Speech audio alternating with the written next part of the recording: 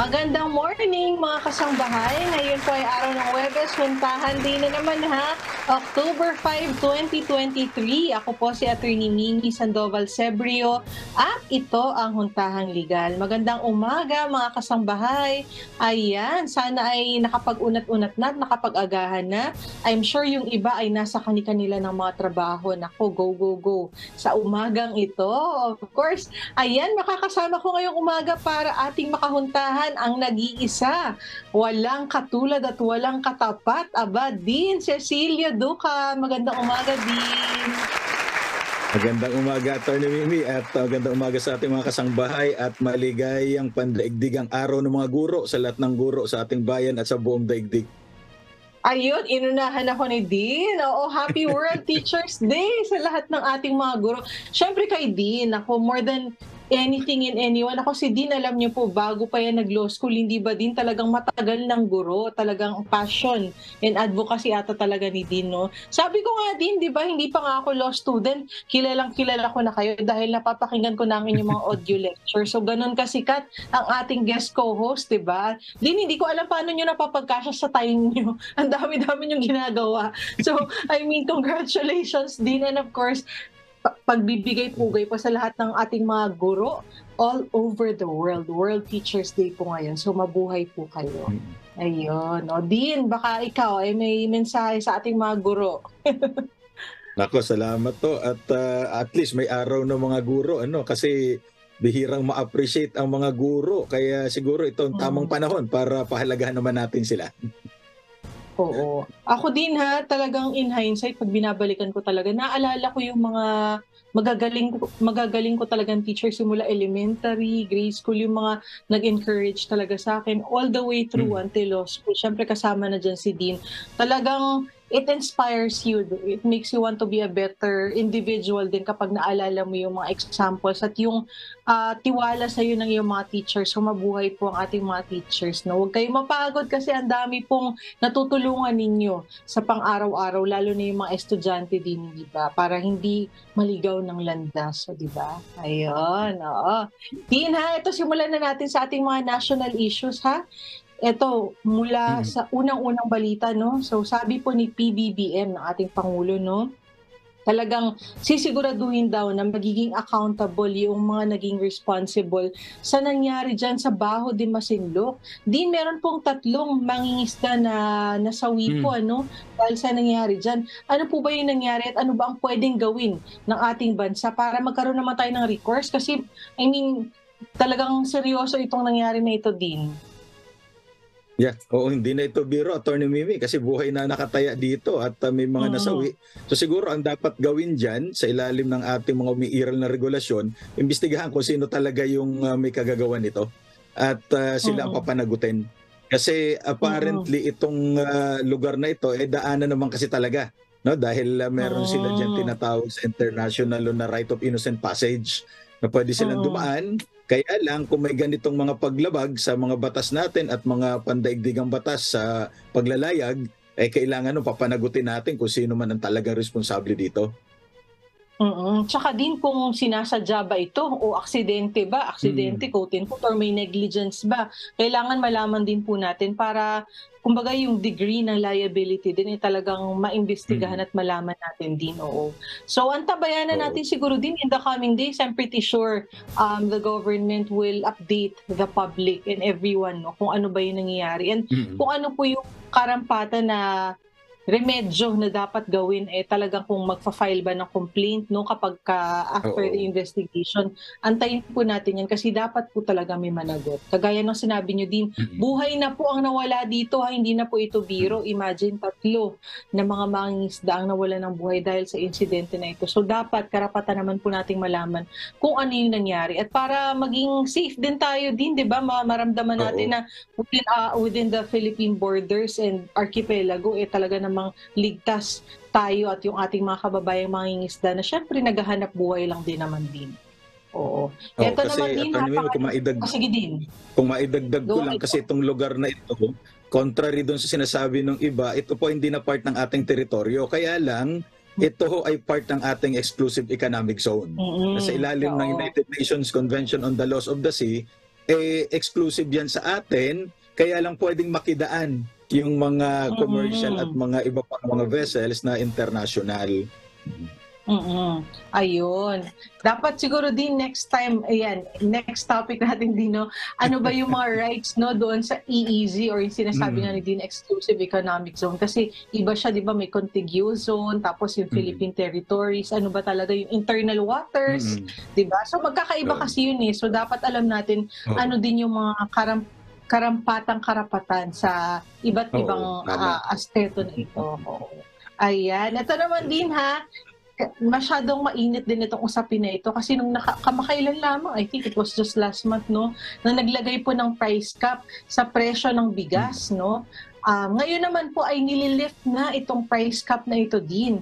Ayan. Bakit kaya sa tingin nyo din? Although sinabi naman nila na ito'y panandalian lamang, no, pero parang kabilis naman na nalift din yung price cap dito sa presyo ng bigas. Bakit nga kaya din? Kasi alam mo, Atty. Mimi, baka na-realize nila na hindi talaga nakinabang yung mga magsasaka at ang mga mamimili, no? At maraming balita na yung mga retailers ang nakinabang dahil sila yung nakatanggap ng ayuda galing sa gobyerno.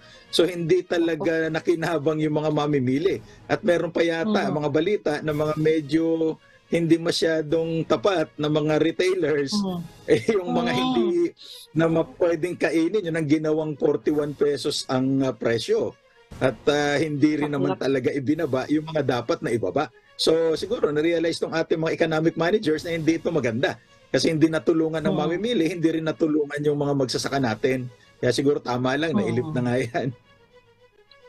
Siguro din ako talaga nagsabi din, siguro yung mga ganito kasing measures, no, dahil ang dami nung mga tao na involved in between, no, mula sa magsasaka hanggang sa dumating sa consumer sa market, no.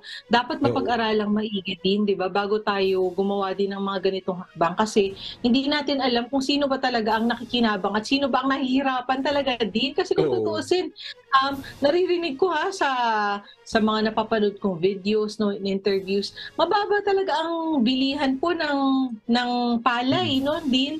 Oo, 'di ba, depende raw kung wet, kung ano. Pero nagtataka ako bakit pag dumadating sa merkado, ang laki ng patong kasi ang dami pong mga middleman, no, in between. And yung nangyari nga po is yung mga retailers talaga, yung mukhang nakinabang din, no. So kawawa po ang magsasaka, na hirap sa magsasaka at yung consumer din na talaga namang umaaray na dahil sa taas ng presyo ng bigas. Ito ang maganda, Atty. Mimi, lahat nagmamahal, no? Kaya kung walang nagmamahal sa inyo, punta kayo sa bigasan at saka sa gasolinahan. Malamang may magmamahal po dyan. Feel nyo yan din pag pumunta ka dyan. Ako, ang daming nagmamahal. Nasa bigasan. Naku, ang saklap naman ang pagmamahal na yan din. But again, Dina, this is very close to the heart, I'm sure, of the President. Kasi hanggang ngayon, hindi pa nga po siya talaga ng Secretary of Agriculture dahil talagang tinatry pong i-overhaul and makita nga ano ba yung mali talaga sa sistema at pwedeng mabago. At syempre, no, alam nating lahat din, kasama yan sa sikat na campaign promise ng ating presidente na aabot ng 20 pesos kada kilo ang bigas. Kaya talaga namang ang daming tumataas ang kilay at todo react. So, I'm sure ginagawa naman po ng paraan. At, sige din. Atty. Mimi, maidagdag ko lang, si Presidente noong nakaraan, naghahanap daw ng volunteer para Secretary ng Agriculture. Magbo-volunteer sana ako. At pagka tinanong anong qualification, magaling ako magtanim na sama ng loob. Nako, sana sapat na yun din, no? Ay, nako din ka talaga. Nako, baka pwede din, subukan natin, no? Pero, I mean, di ba? Kailangan talaga tutukan kasi this is the most basic commodity ng Filipinos din, no? Talagang, di ba, #rice is life kapag sa ating mga Pilipino, napaka-importante. Ako din, personally, hindi ko talaga nako-consider na meal pag walang kanin. Parang kung wala, kahit gaano pa karami, basta't walang kanin, hindi siya meal for me. So, ganun ka-crucial, no? I'm sure most Filipinos share my sentiment, no, na talagang ganun ka-importante ang rice sa ating mga Pilipino. So, hindi talaga sapat pag walang rice, Atty. Mimi, pero sabi nila, hindi ka naman daw talaga magiging sapat sa isang tao na iba na ang hinahanap. Aray ko din. Ang saklap mo talaga din sa umagang ito. Oo, totoo naman yan, totoo yan. Kaya dapat ay sapat ka para sa iyong hinahanap din, para hindi maging masaklap ang ating mga buhay. Oo. Ay, nako din, ikaw talaga. Eto din ha, nako, ang face-to-face classes daw po sa Oktubre 5 at 31 ay isususpindi na.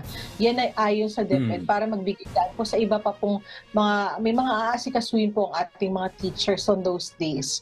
Ayan, so siguro, oo, meron namang, hindi ko alam din kung paano na ba kapag ganyan, baka pwede mag-iwan ng homework yung ating mga guro or rest day din para sa mga estudyante. Ang alam ko, Atty. Mimi, pag October 5 kasi para naman bigyan ng pahinga yung ating mga guro. Once a year lang naman yan. So wala talagang klase, public man o private, karaniwan. Pero yung October 31 kasi, parang naipit dahil yung October 30, barangay election. Tapos yung 1, alam naman natin, special non-working holiday dahil ito ay All Saints Day. So kaya yung 31, parang sabi ng DepEd, mag-online na lang muna kayo or asynchronous mode. O pwede naman, di ba? Kasi may mga paraan naman tayo na i-deliver yung pagtuturo na hindi muna pupunta sa eskwela yung mga bata at mga guro. Oo, bunsod nga yan din, di ba, nung nangyari nung pandemic. So, naging mas creative na tayo sa pagkakaroon ng classes, no? Although, syempre, ang ano na natin ngayon, ang patakaran na ay face-to-face na. Pero kung may mga ganitong pagkakataon, pwede rin naman, no, na magbigay ng mga, siguro, ng mga assignments, di ba? At yun nga, kung pwedeng online, pwede rin naman. Ayan. Ako, Dean, ito naman ha, medyo, again, marami na namang napareact dito sa ating balita na ito na di umano ay naaprubahan na ang dagdag pasahe sa jeep na piso. Din, hindi yun maliit na bagay, no, para sa ating mga kababayan na talagang nagko-commute araw-araw at talagang halimbawa din ay minimum wage earner, no? So malaking bagay yung dagdag pasahe na ito. Pero ito po ay inaprobuhan na po ng LTFRB. So tayo po yung tabayanan natin. Oo. Sige po, Din. Malaking kabawasan yan sa sweldo ng ating mga uring manggagawa, ano? At saka pagka naman tumataas ang presyo ng diesel at gasolina, taas ka agad yan. Pero pag bumaba, parang matagal bago nila ibaba. Yan sabi ng iba, yung pag-ibig daw parang bayad sa jeep, kadalasan hindi na nasusuklian. Din, bakit ka ganyan sa umaga? Kaya madalas kulang ang sikli. Kulang ang sukli. O baka mahirap naman, parang unrequited love din. Oo. Sana hanggang sa jeep na lang yun din kasi mahirap na ngayon sa jeep.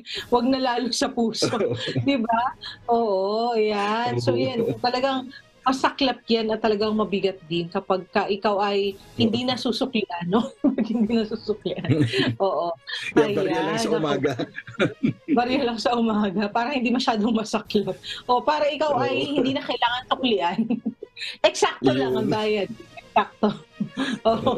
Nako, ayan. Pero of course, that's also a public service announcement para tayo po ay makapaghanda rin, lalo na sa ating mga kababayan na araw-araw po na tinitiis ang pagko-commute, no? Napakahirap, alam natin, pero kapit lang, dyan lamang po kayo. At syempre dahil I'm sure ginagawa naman po ng paraan ng gobyerno para mas mapagaan ang ating mga buhay.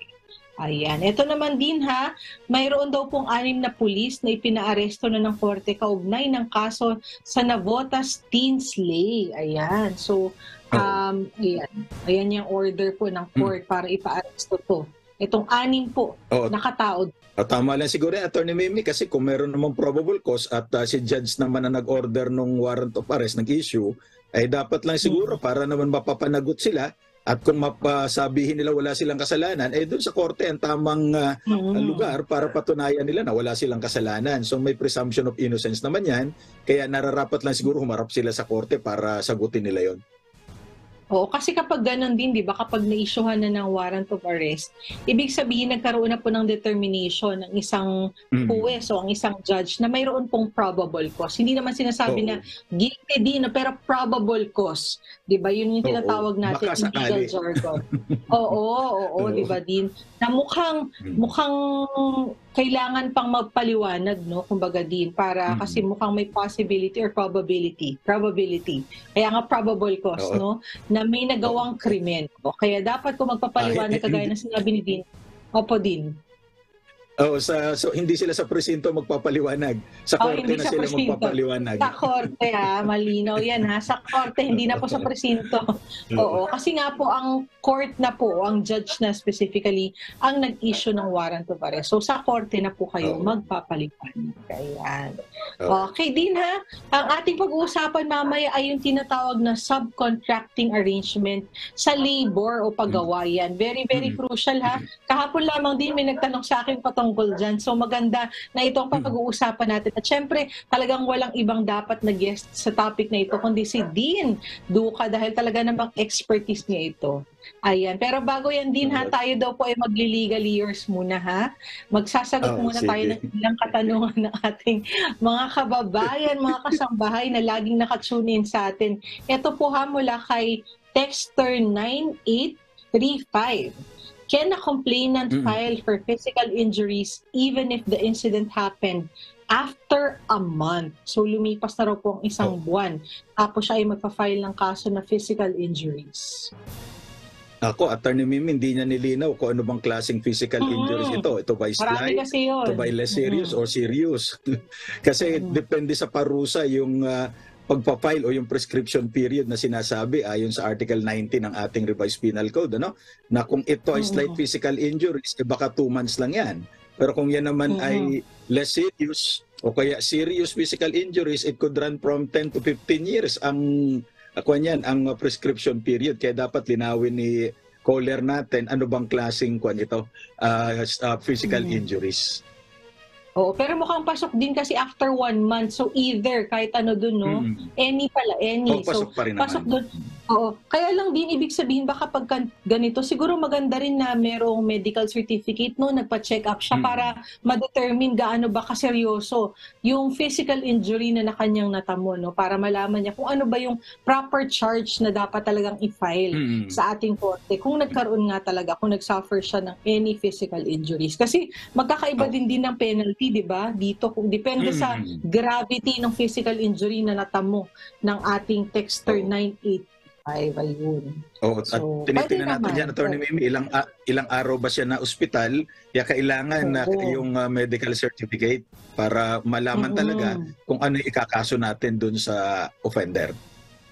Yun, So, okay. Maliban sa pwede, kagaya ng sinabi ni Dino, siguro magpa-medical na po para malaman kung ano po talaga yung proper charge na ipa-file. Dahil magkakaiba po yung degree, di ba din, kapag ka-physical injuries ang ating pinag-uusapan. Ayan. Ito naman po mula kay Texter 7392. Ako po ay nagkaroon ng bad record sa isang credit card company at ako po ay naging blacklisted. Willing naman po ako mabayaran ng balance ko. Tanong ko lang po, maalis din po ba ang pagiging blacklisted ng name ko kapag binayaran ko na ang utang ko? Nako, buti na lang hindi pa ako nakaka-relate. Talaga pong ginagawa ito ng mga credit card companies pag hindi kayo nagbayad. Kasi pag utang mo, talagang dapat binabayaran. Ngayon, kung walang pambayad, siguro wag nang mangutang. Kaya lang yung mga nagpapautang naman, alalahanin po natin na may mga limitasyon din yung paniningil. Pero para mawala siguro kayo doon sa blacklist nila, abay makipag-arrange kayo, magbayad, at pwede naman kayo makipag-usap kung paano babayaran yung utang. Pero kailangan po talagang bayaran pag utang. Oo, at saka din, pwede naman na makipag-usap sa credit card company kung saan bangko nag-issue ng credit card. Kung nahihirapan po kayo, kung talagang feeling nyo mabigat na, pwede pong i-recalibrate din yung terms of payment kung gaano kalaki yung sisingilin sa'yo until such time na mabayaran mo. So, pwede naman po makipag-usap. And I'm sure naman din, ililift naman yung pagka-blacklist kasi yung purpose naman ng pagba-blacklist kung hindi ka talaga na nakikipag-ugnayan, hindi ka na nagbabayad ng utang, ay talagang mabablacklist ka. Pero tanungin na rin makipag-usap din again sa issuing bank na nagbigay sa inyo ng credit card, specifically kung saan kayong branch na pumunta, kung sila yung nag-issue, kung ano ang pwedeng gawin at i-clarify kung na-blacklist ba kayo at paano po malilift yung blacklist. Kasi nga po, yun naman parang karampatang information din sa ibang bangko na ikaw ay hindi nagbabayad ng iyong utang na sa credit card. Pero kung nagbabayad, there's no reason naman para i-blacklist kayo. Yun. Ayun, okay din. Again, buti na lang wala pa ako sa ganyang sitwasyon din. O, basta bayad na kasi yun naman. Kasi may monthly statement naman din. No? Again, kung nahihirapan, Oo. pwedeng ipa-recalibrate. May customer service sila din, pwede kang tumawag kung gusto mong ipa-convert to installment yung iyong balance, no? Para hindi ka po mamroblema doon sa interest na pinapataw. Pero ako, Attorney Mimi, alam mo, takot ako sa credit card kasi nasabi ng nanay ko na huwag kang gagastos na mahigit sa iyong kikitain kasi magkakaproblema ka talaga. So kaya ang gastos ko within the income lang para walang credit card. Kaso may binabayaran pa rin akong credit card Oo. Kanina ba hindi? Hindi akin. Mo sa inyo. Oo. Okay na yun din. Okay na. Ano na tayo doon? Good na. Good. Oo. Kasi again, kagaya ng sinabi ni Dino, marami akong kilala na takot nga magka-credit card kasi nga baka hindi mabayaran, no? Or baka matempt ba sila din na to spend more than their earning kasi may credit card naman ako, kaya naman yan, pero hindi mo namamalayan later on, mas nalulugi ka sa laki po ng interest, no? Sa laki ng sobra na pala. Binabayaran. Kasi nagko-compound na pala yung interest dahil ang binabayaran mo, for example, yung minimum lang, no? Pero hindi mo alam na yung balance mo ay nag-i-interest pa pala. So again, makipag-ugnayan po sa bangko. At kung kaya naman pong tiisin, huwag naman pong mag-swipe ng credit card natin kung saan-saan. No? So kagaya ng sinabi ni Dean, as much as possible, live within your means lang din. Kung magkano lang yung budget, yun lamang po. At kung hindi naman kailangan ako din, iwasan na po yung pag-swipe ng credit. Ayun, paalala. Public service announcement din. Ito naman din wala kay Donna. Ayan, I have been living in an area for 10 years and suddenly someone came up and forced me to leave the place telling me that he had bought the land. What should I do? Parang kulang sa detalye, no? Hindi nyo katanungan ni Donna. Kasi paalala natin kay Donna, kung sino ang may-ari at lalo na't may titulo yung lugar, siya po ang nagmamay-ari at pwede niyang gawin ano man ang kanyang gustong gawin. So, hindi po mahalaga kung ilang taong ka dyan nakatira.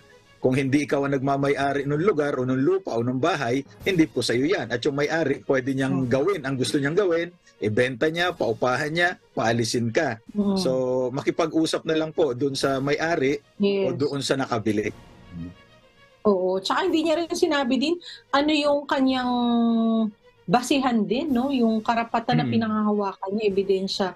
Kung bakit siya ay nakatira doon for 10 years, may tenancy agreement ba? May lease ba yan? Di ba? Pinatira ba siya ng dating may-ari? Di ba? So, hindi natin alam. So, maganda rin po hanapin yun kung meron kayong dokumento o kontrata na pinangahawakan na nagbibigay sa inyo ng karapatan na tumira sa isang lugar, no din. Kasi kung wala talaga, kung sino yung nagmamay-ari, kagaya nga ng sinabi ni Dean, may karapatan po siyang gawin. Kung ano po yung gusto niyang gawin doon sa lugar na pagmamay-ari niya. Kasama po yan sa rights of an owner, kumbaga. So, makipag-usap na lamang po ng maayos kagaya ng sinabi ni Dean para malaman niyo po kung ano yung dapat na gagawin at yung mga susunod na hakbang po ninyo. Yan po, kay Texter Donna. Ang ating pag-uusapan, kasama pa rin si Dean Duca ay ang subcontracting arrangement. Ayan, Dean, ano ba itong subcontracting arrangement patungkol sa labor, no? So this is labor related, yung konsepto ng subcontracting. Ano po ba ito at ito po ba ay naayon sa ating batas? Linawin natin, Attorney Mimi, una muna yung contracting. Kasi pag may legal na contractor, pwede niya pang ipa-subcontract. Ngayon, paano ba magiging legal na contractor ang isang tao? Ang mahirap kasi dito sa ating Article 106 ng Labor Code, hindi sinabi yung mga requirements Kaya yung implementing rules ang nagsasabi ng mga requirements. Una, Attorney Mimi, yung contractor ay independent business. Magkaiba ang negosyo ng contractor at saka ng principal business. Halimbawa, hotel, kailangan niya ng security guard. So hindi yung hotel, hindi kukuha ng security guard in-house, ipa-farm out niya or i-outsource niya, mag-engage siya ng security agency. Yung security agency, yun yung contractor na nakikipag-usap doon sa hotel. So ngayon, yung contractor na ito, may iba pang requirements. Ituloy ko lang, Attorney Mimi. Una, pangalawa, meron siyang substantial capital in the form of equipment, tools, machineries, at ang sabi ng Department Order 174, Series of 2017, ay may not less than 5 million pesos paid up capital. Kung sole proprietorship naman, not less than 5 million net worth or net asset. Tapos, doon So, sa di kontrata nila, sige, din yung 5 million, kasama po doon yung machinery o dapat separate po yung 5 million? pwedeng isama na yung halaga ng machineries at saka mga office equipment. At saka doon Okay sa po. kontrata nila, garantisado dapat yung right to security of tenure ng mga contracted employees at saka yung kanilang mga social welfare benefits like SSS, PhilHealth at yung walang kamatayang pag-ibig. Dapat ipinaguhulog yan. Kasi ang employer nito ay yung agency at hindi yung hotel doon sa example natin. Oo, opo. Ayun din. Unang-una, bakit ba nagkaroon po ng batas patungkol dito? Ano ba yung evil that is sought to be prevented in instances na in real life, kumbaga na nangyayari? Kung bakit nagkaroon po ng determination and definition yung ating batas na mayroon po tayong tinatawag na mga legitimate contracting arrangements din. Kasi Attorney Mimi, hindi mo na maasahan na itong hotel pa ang mag-manage nito mga gwardiya eh. So para mabawasan siya ng trabaho, at saka ito ay business judgment eh. Kung sa tingin niya mas makabubuti para sa kanyang negosyo na ipa-outsource niya na lang yung serbisyo, mas maganda. Kaya lang dapat ang kukunin niyang kontraktor ay yung hindi lumalabag sa batas at yung may compliance doon sa mga kailangang na requirements ng ating mga batas. Kasi alam mo, may desisyon ng Korte Suprema dito noong 2018 na ang presumption natin kapag contractor ka ay labor-only contractor. So para ma-overcome mo itong presumption na ito, magpakita ka ng pruweba o patunay na nag-comply ka dun sa mga requirements ng ating mga regulasyon. Katulad ng capital, ng independent business, at yung hotel, wala siyang pakialam dun sa pag-manage ng mga gwardiya.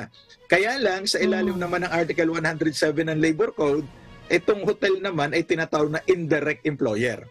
Kasi hindi naman yung agency ng gwardiya ang magsasabi kung anong parte ng hotel ang babantayan mo. So kaya yung hotel naman ang magmamanage nito. Ayun. Nabanggit mo kanina din yung labor-only contracting. Paano naman po yun at ano po ang implications niyan sa ating batas kapag kasi nga sabi niyo din, di ba, ang presumption is labor-only contracting, di ba? Unless proven otherwise, based on yung mga enumerations po na sinabi ni Dean, para sa isang contractor, ano naman po yung labor-only contracting din? Ang sabi ng Article 106, labor-only contractor ka kapag wala kang compliance doon sa mga requirement na ito ng batas at ang ginagawa lang ay nagsusupply lamang ng tao. Halimbawa, yung example natin kaninang security agency, wala siyang compliance doon sa mga capitalization requirement tapos nagsusupply siya ng gwardiya. Ang problema ho dito, Attorney Mimi, wala tayong parusa dito sa mga labor-only contractor. Ang tanging consequence nito, yung mga gwardiya na isinupply doon sa hotel, magiging empleyado ng hotel at hindi na ng agency. Kasi labor-only contractor ito. Naalala ko noong 2019, ang Kongreso natin ay nagpasa ng isang bill na itinatawag na Right to Security of Tenure Bill para i-correct sana ito at maparusahan yung mga labor-only contractor. Kasi nga, walang parusa talaga. So, kaya lang ang problema nung makarating ito sa Malacanang, binito po ito ni Presidente Duterte. At ang reason, it will destroy the balance daw between labor and capital. Kaya hindi na po ito naisa batas. So kaya patuloy po ito. Ang katotohanan, Attorney Mimi, meron naman, legal naman talaga ito kung may compliance sila. Ang pinakamahirap dito, yung mga in-house ang pagkontrata, tapos fixed term.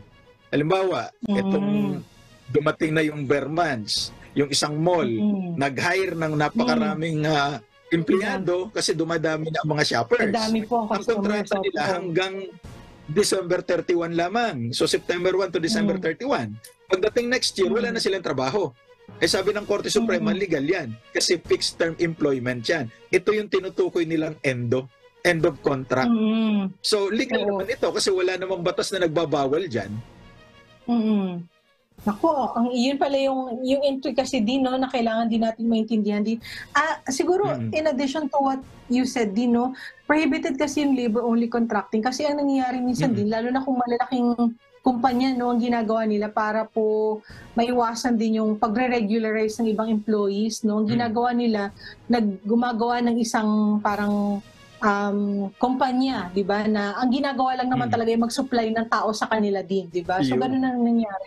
Kaya din ipinagbabawal yun. Kaya kagaya ng sinabi ni Dean, ang nagiging direct implication nun from a legal perspective is nako-consider sila as empleyado ngayon ng principal din, no? Kung saan sila naka-declare or saan naka-assign. Kasi nga, parang sinicircumvent niyo yung batas eh. In fact, employee niyo. Kasi sa inyo lang naman nagsusupply, 'di ba, ng tao. Tapos hindi niyo kino-consider na employee. So ganun ang nagiging legal implication yung din. Di ba? Oo.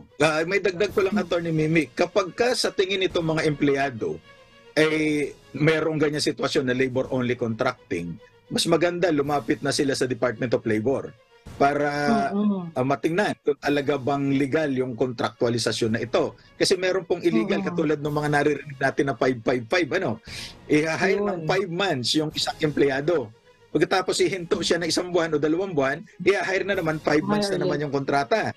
Tapos ihinto na naman, i-hire na naman 5 months na naman. Ang sabi ho dito ng Korte Suprema, kapag ka yung ginagawa ng empleyadong ito ay kailangan talaga nung employer, regular ho ito. Kasi ang definition natin ng regular employment sa Labor Code Article 295, a person performing activities which are necessary and desirable to the usual business or trade of the employer. Katulad doon ng isang online selling platform. Nasabi ng Korte Suprema, yung mga delivery riders ay regular employees. Kasi merong logical connection yung trabaho ng delivery rider doon sa negosyo ng online platform. Kasi Atty. Mimi, hindi naman makukumpleto ang pagbili mo online kung hindi ma-deliver sa iyo yung item. Sino ba ang mag-deliver? Yung delivery rider. Hindi ka naman papayag na online lang yung delivery nung binili mong item. Diba? Oo. Oo, yun again din, no? Kaya nga tayo may mga ganitong provisions sa batas para po maiwasan nga din yung pag-circumvent ng batas na para hindi ma-regularize din, no? So ganun po yung nagiging ating mga umiiral na patakaran. Pero din on the presumption, no? So halimbawa na override yung presumption na labor only at napatunayan naman na legitimate job contracting arrangement. So unang-una kagaya ng sinabi ni Dino, dapat may independent business, no? At hindi lang nag-outsource, no? Ng labor or ng manpower. Tapos yung capitalization requirement, ano pa ho yung isa din? At dapat doon sa kontrata ay nakakasiguro tayo ng right to security of tenure na hindi basta-basta matatanggal sa trabaho ng walang dahilan at hindi pinagpaliwanag itong empleyado doon sa kontraktor. Kasi yung principal, hindi yun ang employer niya. Kaya lang, Atty. Mimi, may mga sitwasyon na ganito ang nangyayari. May isang kaso ng dinisyon ng Korte Suprema, isa itong beverage company. Ipina-outsource niya yung pag-deliver ng mga inumin. Hindi ko nababanggitin yung soft drinks. Pina-outsource niya. Tapos, ang problema, ang ipinagamit, kasi walang delivery truck itong kanyang kontraktor, ipinagamit yung delivery truck ng beverage company. Sabi ng Korte Suprema, pinapaikutan niyo ang batas. Kasi walang tools, walang equipment yung kontraktor, so labor-only contractor lang siya. At hindi siya job contractor. Ngayon, Atty. Mimi, maidagdag ko lang. Yung mga fixed term employment kasi, sinasabi ng Korte Suprema, legal yan, kasi hindi ka naman niloko. Sinabi naman sa iyo na ganito lang talaga kahaba yung trabaho. On the perspective of the employer, tingnan din naman natin yung side ng employer. Pagdating naman kasi ng January, wala na nagsha-shopping. So ano naman ang gagawin ng mga empleyadong ito kung patuloy naman silang pasusweldohin na wala namang ginagawa? Hindi naman charitable institution itong mga employer, negosyante yan. So kailangan namang kumita. Kaya pinapayagan yung fixed term employment. So kaya lang po kailangan nating intindihin na dapat doon sa kontrata na yan, ang kumontrata sa inyo, yung principal talaga at walang intermediary. Kasi kung may agency pa itong tinatawag, pag natapos yung kontrata mo doon sa employer, obligasyon ng agency, ito kasi yung contractor na ilipat at ihanap ng bagong assignment itong mga contracted employees. Pero ang masaklap dyan, Atty. Mimi, merong Article 301 ng Labor Code na sinasabi na pagka wala talagang mapaghanapan na panibagong assignment o pwesto, pwedeng wala munang trabaho within 6 months at walang sweldo. At hindi pa ho siya pwedeng mag-file ng kasong illegal dismissal. Yan po sinasabi ng batas. Medyo masaklap ito. Oo, 6 na buwan din. 6 na buwan. Oo. And during that time, hindi siya maaaring maghanap ng ibang pagkakakitaan, no? Kasi baka mamaya kunin siya tapos sabihin ng ano hindi na, winive mo na yung right mo, naghanap ka na ng ibang trabaho eh. Yun, hindi naman siya pinagbabawalan na Attorney Mimi kasi may karapatan naman siyang maghanap. Kaya lang yun na nga ang consequence. Baka bigla kang tawagin, meron ka ng bago, abay mahirap bumalik sa ex. Hindi na binabalikan yung ex. Diba? Oo, hindi. Oo, kaya yun nga, mahirap within that period, no? Din, but going back, no, kasama din sa example siguro din for, ito nga, again, no, mag-holidays na kasi din. So, maliban sa mga malls, no, yung mga hotels din, no, kasi napag-aralan nila yan, eh. May mga months na tinatawag nilang peak season, no, na marami talagang mga nagbabakasyon, pumupunta sa kanila, nag-check-in, no, at nagbabakasyon talaga with their family. So, yung within those months, no, nagdadagdag talaga sila ng employees kasi nga po, dumadami din yung customers nila. Pero kagaya na sinabi nyo din, hindi naman yan kayang i-sustain ng employer din for the rest of the year kasi hindi naman for the rest of the year, madami pong customers, no? So, may mga tinatawag nilang off-peak season din talaga din na halos wala pong nagpupunta sa hotel, no, or nagbabakasyon. And during those times, papaano naman po kung lahat po yun ay susweldohan nila? Kaya po, in that sense, nagkakaroon din po ng ganitong provision yung ating batas para mabalance din naman din ika nga, diba, yung concern din naman ng mga employers na hindi naman all the time ay ganun karaming empleyado na kaya nilang pasweldohin. Oo, kaya Attorney Mimi, ang lagi ko sinasabi sa mga estudyante ko at sa mga audience natin sa mga lecture, ang labor code ay dapat i-rewrite na natin. Baguhin na natin kasi alam mo ba na itong labor code na ito, Attorney Mimi, alam ko, alam mo yan, 1974 pa yan. Batay pa yan doon sa 1973 Constitution. From 1974 hanggang ngayon, 49 years na po ito. Kaedad ko ho ito, so dapat baguhin na po ito. Siguro trabaho po ito ng ating Kongreso. No? Trabaho ng Kongreso na baguhin, i-rewrite na po ang labor code para naman pati yung mga nag-aaral ng labor law ay maunawaan at madaling maintindihan. Kasi po, ang like ko sinasabi, itong labor code ay batas sa paggawa. Pero kahit yung mga law students, hirap na hirap intindihin ng labor code. Paano ito mauunawaan ng uring manggagawa? Ito yung batas para sa kanilang kapakanan. So paano nila ipaglalaban yung karapatan nila kung di nila naiintindihan yung basehan ng kanilang karapatan? Totoo yan din ha. Naalala ko tuloy kasi nung ako po underbar din ng aking unang work talaga ay sa isang labor firm. Kaya naalala ko tuloy yung aking mga natutunan din sa labor law, no? In theory and in practice din, no? Yun nga po, no? Pero are you suggesting din na talagang overhaul? Kasi ang nagiging ginagawa kasi parang, kumbaga, piecemeal lang, paunti-unti lang po, no? Pero dapat siguro in its entirety mapag-aralan yung labor code kasi nakakailang amyenda na din, no? Pero paunti-unti lang. Tapos ang nangyari, naalala ko na lang din, laging nagre-renumber po din, no? Ng provisions ng labor code. Kasi nag-iiba. So ngayon hindi mo na alam kung tama yung sinasite mong provision dahil nga nag-iiba na po. Pero again, siguro in its entirety, maganda rin na mapag-aralan. Baka pwedeng magbuo din ng ad hoc committee na talagang pag-aaralan lahat ng provisions ng labor code. Oo. Tama yan, Attorney Mimi. Sana maparating natin sa ating mga magigiting na congressman at senador na dapat na po ninyong i-rewrite ang labor code at gawin nating mas mauunawaan ng mga uring manggagawa. Kasi para sa kanila itong batas na ito. Naalala ko si Presidente Marcos, regalo niya yan sa mga manggagawa noong 1974. At nag-take effect ito November 1, 1974.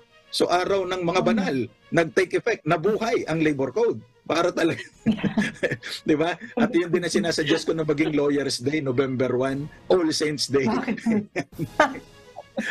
Araw ng mga banal, di ba? Maraming apil Oo. Ako din Pero dahil now, meron tayong existing laws din. So, kung halimbawa nga din legitimate po, job contracting arrangement, meron po tayong tinatawag din, di ba, na tripartite relationship, no? Paano ba yun din yung tinatawag na tripartite relationship in a legitimate subcontracting arrangement? Oo, kasi pagka ganyan sa labor, laging tatlo yan ni Atty. Mimi. Kahit sa lahat ng ahensya ng labor, represented kasi kaya laging may tatsulok yan. Represented yung gobyerno, yung employer at yung mga employees. So kahit yung composition ng ating National Labor Relations Commission, ganyan din. So ngayon, kung valid job contracting regulated ng gobyerno, tapos yung principal at saka yung kontraktor. So tatlo sila na nag-uusap dyan. Ngayon, ang problema dito, dapat protektado yung mga empleyado na isinusupply ng kontraktor, kaya dapat yung kontraktor merong compliance o pagtupad doon sa mga regulasyon ng ating mga batas at sa mga regulasyon ng Department of Labor. Kasi ang intensyon naman ng ating mga batas at ng gobyerno natin ay pangalagaan yung kapakanan ng mga manggagawa, pero hindi naman isakripisyo yung karapatan din ng mga may-ari ng kumpanya. Kasi ang sabi palagi ng Korte Suprema dyan, while labor laws are intended to protect the workers, they do not intend to destroy or oppress the capital. Kasi baka naman magsarado yung negosyo, lalo tayong problema, wala na tayong trabaho. Oo. Yun din yung sigurong kailangan din natin tandaan din, no? Kasi syempre, yung batas din natin, to a certain extent, kailangan din tingnan yung perspektibo ng employer and ng employee. Hindi naman, di ba sinasabi nga din, kasi nagkakaroon tuloy ng kalituan kasi sinasabi, ano daw ang labor laws are always in favor of labor ng manggagawa. Pero di ba yun din? Oo, din. Pakilinaw nga yan din sa ating mga kasambahay na nanonood, ha? Oo. Palagi nating naririnig yan, Atty. Mimi, na pabor sa labor. Kasi ang pinagbabatayan nila yung Article 4. Na in case of doubt, the doubt must be resolved in favor of labor. Pero yun po, sabi ng Korte Suprema, kung may duda. Ay, kung walang duda, patas lang ang pag-apply ng batas kasi pareho may karapatan yung employer at yung employee. Wala po tayong dapat apihin dyan. Although, kapag ka may duda nga, maraming may tamang duda, no? Lalo na yung misis ko palagi may duda. Opo, di na. Kailangan i-resolve natin pabor sa manggagawa. Kasi sabi ko nga dyan palagi, merong relational imbalance na yung may-ari ng kumpanya, may pera yan sabi ng ating dating Pangulo, he who has less in life should have more in-laws. Hindi mo maraming binan, kundi in-laws, marami sa batas. Oo. So, kaya pinapaboran natin kung may duda. Kung may duda din, in case of doubt, but if the law is clear, we apply the law. So, kaya alam din po natin dapat kung ano yung umiiral na batas. But kasi din, di ba nagbanggit ka kanina ng mga requirements para po makonsider na legitimate labor, job-only contracting, hindi labor only kasi labag yun sa batas. Kasama na doon din yung capitalization requirement kasi nga, we have to make sure na napabayaran nila yung kanilang mga empleyado, no? At kagaya sinabi mo, syempre yung regular pay, di ba? Kung holiday pay, nag-night shift yan, nag-overtime. So, dapat masisigurado po nitong contractor na kaya niyang bayaran yan. Kaya naman po, may capitalization requirement. So, kung maintindihan nyo naman po at makikita mo din yung bigger perspective, lahat naman po ng requirements ng batas ay may dahilan, no? So, para sa labor, para sa contractor, para din po sa employer, no? So, yun. Pero din ganito, ha? So, kung halimbawa po nagkakasuhan, no? So, syempre, yan po ay dadaan muna dun sa tinatawag natin din, di ba? Pag sa labor, yung single entry approach, no? So, pupunta muna. May sena muna yan, no? Din kung halimbawa po na makita natin na mayroon pong na parang hindi naman legitimate subcontracting arrangement, ano po ang magiging pananagutan muli ni principal, no? At di ba ang tinatawag doon din, nagkakaroon daw po ng solidary liability. Paano ba nagkakaroon ng solidary liability? Pwedeng habulin itong empleyado, yung principal at saka yung contractor niya. Ngayon, kung labor-only contractor lang ito at walang kapital, yung empleyado magiging empleyado ng principal. Doon sa halimbawa nating kaninang gwardiya doon sa hotel, kung yung kanyang security agency ay labor-only contracting lamang at walang compliance sa mga requirements ng batas, yung gwardiya magiging empleyado ng hotel. At pwede niyang idemanda pareho sa labor arbiter itong hotel at yung security agency. Kaya lang, itong hotel naman para makasiguro sa Article 108 ng Labor Code, Atty. Mimi, merong nire-require na contractor's ban. Equivalent to the amount of labor under the contract. Kasi nabayaran na nitong hotel, for example, yung agency. Yung agency, tinakbuhan yung mga gwardya. Saan naman kukunin ng hotel yung pambayad? Nagbayad niya na. So kaya requirement po yung ban. Yun, importante din yan. Yan ay kung kagaya ng sinabi ni Dean, may determination na labor-only contracting, no? So, hindi nakapag-comply doon sa requirements ng batas. So, ang mangyayari niyan is mako-consider na employee ng principal kung saan sila nagtatrabaho din etong mga empleyado na ito, no? Kasi nga para bang nagkaroon ng circumvention ng batas, no, or nalabag yung batas natin. Pero kung halimbawa naman din legitimate naman yung job contracting arrangement pero itong si contractor ay hindi nagpapakita, ano po ang magiging recourse naman po ng principal na yun na nga po, hindi naman nagpupunta tong contractor pero talaga namang legitimate yung kanyang negosyo at talaga namang empleyado niya yung mga tao na ito na nagrereklamo. Paano yun din? Ano naman yung recourse ng principal? Kung ganun, Attorney Mimi, dahil nga joint and solidary liability, sabi ng Article 109 ng Labor Code, kung may band, doon i-charge sa band ng contractor, anong principal. Kasi nabayaran niya na eh. Ang presumption, legitimate ito, kaya may band siyang habulin.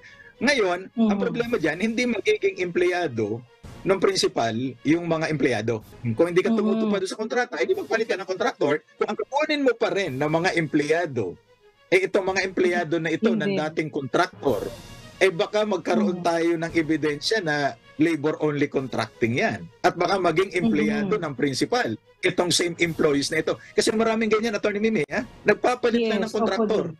Pero dahil nagustuhan niya itong mga empleyado na ito, ang performance, yung ugali, gusto niya yung pa rin ang empleyado. Bago ng contractor mo. So ang mangyayari niyan, baka makita ng batas natin at magdesisyon ng labor tribunals, labor arbiter, for example, na empleyado mo yan kasi nang gusto mong empleyado di ikaw na ang employer niya. Yun. Yun din yung maganda din na matandaan. Kasi nga po, I mean, in reality, no, naintindihan ko po naman yung sense na kung halimbawa talagang nagustuhan po ng principal yung trabaho nitong isang tao, ni person X, no? Tapos nagiba na ng contractor pero for some reason itong tao na ito ay nalipat din dun sa ibang contractor tapos yun ang gusto niya na hinanpick niya specifically din. Baka magkaroon nga ng determination, no? Yung ating mga tribunal na kunin na lang na empleyado ay consider na regular employee kasi siya ang gusto mong nagtatrabaho sa iyong place of business din, hindi ba? Oo, nako. Tsaka yun naman din magpapakita ito, Attorney Mimi, yung katotohanan doon sa Article 295 na necessary and desirable yung serbisyo ng taong ito. Kailangan mo siya, kaya hindi mo siya gustong mawala. Di sa'yo na. Akala, yun na yung punchline din. Ayaw mo siyang mawala sa'yo na talaga. Oo. Gusto ka niya sa'yo na. Ikaw ng employer. Oo, yun. Ganun nga din. Kaya maging din careful din. At siguro din paalala din dun sa mga naghahanap po ng legitimate job contracting o ng mga contractors din na talagang legitimate di umano. Make sure din po na compliant sila kasi again, no, nagkakaroon po ng liability si principal later on kung hindi natin inassess at chinek ng maigi yung mga requirements ng mga contractor kung talaga bang legitimate ang kanilang business, no? Meron silang capitalization requirement at talaga namang may kontrata din sila with their existing employees, no? Dapat ma-check natin at mabusisi ng lahat. At pang-apat din, ipaalala ko na rin sa mga principals po no, na naghahanap ng contractor, make sure po na sa kontrata may bond, yung sinasabi ni Dean. Kasi baka naman pagdating ng araw ay takbuhan kayo din, hindi ba, ng contractor. So, kayo ang magkakaroon ng pananagutan o di kayo ang mamomroblema din. No? So, dapat din po, maalala din po yan ng ating mga principal na naghahanap ng tinatawag na subcon nga din, no? Kasi yung iba nga ay ina-outsource nila dahil hindi naman talaga kasama sa kanilang ordinary course of business din. So paalala din po para hindi naman tayo mamomroblema later on. Yes, Dean. Maidagdag ko lang, Attorney Mimi, gusto nating solusyonan yung labor-only contracting sa private sector. Mas marami rin tayo sa gobyerno ng mga job order at contract of service. At mas masaklap ito kasi walang employer-employee relationship. Depende sila dun sa kagustuhan ng head of office. Baka yung head of office ayaw ka na after 6 months, tapos na, wala ka ng trabaho. Di ka pwede magpunta sa Civil Service Commission kasi wala kayong employer-employee relationship. Hindi ka permanent regular employee. Hindi ka rin pwede magpunta sa labor tribunals natin kasi gobyerno ang nagpapasweldo sa iyo. So medyo mas mahirap ang kalagayan ng mga job order at contract of service employees sa ating pamahalaan, lokal man o nasyonal. Din, matanong ko nga lang din kasi nabanggit mo yan din. Bakit nga ba ganon? Kasi sinasabi nila, gusto nating i-end yung endo-endo nga na yan, pero ang pinaka number one violator daw yan ay ang gobyerno. Din, bakit nga ba napakaraming... Alam mo din anak ko, ang una kong work nung ako'y graduate sa college, sa government, ako ay JO talaga din. JO. So, I mean, bakit nga ba ganon din? No? Bakit siya nangyayari? At bakit allowed under our laws na magkaroon po ng ganitong arrangement sa gobyerno mismo din? Oo, Attorney Mimi, ganito kasi maraming dahilan eh. Ika nga ni Lady Gaga, a million reasons. Ayan. Sumasakot siya sa inyo, kakatawa. Opo. Una siguro, wala silang budget sa plantilla, wala silang plantilla item. So hindi mapupunuan ito kung wala silang budget para dyan. Nasa batas yan. Ngayon, maaaring meron naman silang item para dyan, baka naman itong empleyadong nag-a-apply ay walang eligibility. So hindi nakapasa doon sa civil service exam o wala bang ibang eligibilities pa, no? At hindi pa nagbabasa nung reviewer doon sa likuran ko para makapasa sa civil service exam. Oo. Ayun. Matindi. Sorry. Kasi ang requirement sa gobyerno, dapat may item ka at yung pupuno doon sa item na yon ay eligible. Kasi kung hindi naman eligible, pinapayagan itong job order pero hindi lalagpas ito ng 12 buwan. Kaya lang, alam mo, Attorney Mimi, yung sinasabi lang exigencies of the service. Kailangan talaga eh. So, na-extend ito, na-justify ng head of office, pinapayagan naman Civil Service Commission, kaya lang ang drawback nito, wala man lang benepisyo itong job order employee. Yes. Kahit ilang taon siya dyan. So, ang solusyon siguro dyan, mag-kongreso ng bagong item, additional, at saka yung tao ay encourage natin na makapasa sa civil service exam para magkaroon ng eligibility. Kasi din, di ba, ang civil service naman, every year, no, civil service exam ginagawa. Every year ba din or twice a year nga ba? Kung tamang pagkaalala ko. Twice a year sila normally, Attorney Mimi. Twice a year, isang March yata at saka isang August. At saka din, I think hindi na lang paper and pencil, di ba? Pwede nang naka-computerized na po yung civil service examination. So, talagang ginagawa din siyang mas accessible para naman po sa ating mga kababayan na talagang nais manilbihan sa gobyerno at hindi po yung natatali dito sa JO. Kaya lang yun nga din, medyo mahirap yan. And to be honest about it, no, to be very blunt about it, minsan din talagang napopoliticize din, no, yung ganong process kasi meron na talagang tao na ini-expect dito sa plantilla position na ito, no? At hindi na nabibigyan ng pagkakataon lahat din. So, yan naman po yung malungkot. Kaya sana naman ewan ko ba, pero sana nga po ay mapag-aralan din po ng ating mga mambabatas, paging ang ating mga mambabatas, itong mga provisions din ito na ito. Kasi nga po, kawawa din yung ating mga kababayan, lalo na kung meron ng institutional memory sa isang ahensya ng gobyerno kasi matagal-tagal na doon, pero hanggang X number of years ay hindi pa rin po nakakakuha ng plantilla position, forever JO na lang. Di na ko ang saklap naman at ang lungkot, no? So sana po ay magawan din ng paraan na hindi naman din po sobrang agrabyado ang ating mga kababayan na ang tagal-tagal na pong naninilbihan, lalo na po kapag sa gobyerno din. Ayan. O napalawak na yung ating usapin, no? Yung subcontracting at ito naman yung sa gobyerno din. Siyempre kasi ganun talaga din. Pag sa usapin ng labor, no, napakarami pong apektado kasi lahat naman tayo to a certain extent, no, kapag dumating na sa karampatang edad at nakatapos ng pag-aaral, talaga namang nagtatrabaho din. No? So talagang mahalaga ito sa ating lahat. At sinasabi ko nga din sa akin mga estudyante din at even dito sa Huntahan, no? Laging dalawa ang naitatanong sa akin, personally at dito sa Huntahang Legal, kung hindi family relations, labor talaga ang tinatanong. Talagang ganun ka lapit sa ating bituka ang usapin ng labor. Kaya mahalaga din po na maunawaan nating lahat ang anything related sa paggawa. Kagaya nga po ng sinabi kanina ng ating mahal na Dean. Ayan din ha. Naku, maraming salamat sa pagsama sa akin ngayong umaga, Dean. At again, Happy World Teachers Day sa iyo, Dean. Naku, salamat po sa lahat ng in-impart mo sa aking kaalaman. At dahil dyan ay nandito na ako sa aking kinatatayuan. So thank you very much, Dean. At sa lahat ng aking mga guro. Dean, baka ikaw ay may parting words sa pasasalamatan ngayong umaga. Please go ahead po. Naku, maraming salamat, Attorney Mimi, sa pag-appreciate sa ating mga mumunting ginawa para sa inyong kapakanan at sa mga estudyante ko. Maraming salamat sa pag-appreciate. Sa mga naging teacher ko ay maraming salamat din po. At tulad ng sinabi ni Atty. Mimi, wala tayo sa kinalalagyan natin kung wala ang ating mga magigiting at matitibay na mga guro. So sa lahat po ng mga guro, maraming salamat sa inyo. Enjoy the World Teachers Day.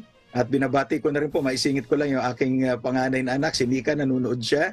Mga kasamahan po natin sa College of Law o sa School of Law ng University of Makati at sa buong University of Makati. Happy Teachers Day po sa inyong lahat at sa lahat po ng mga paaralan na tayo ay merong mga kasamahan.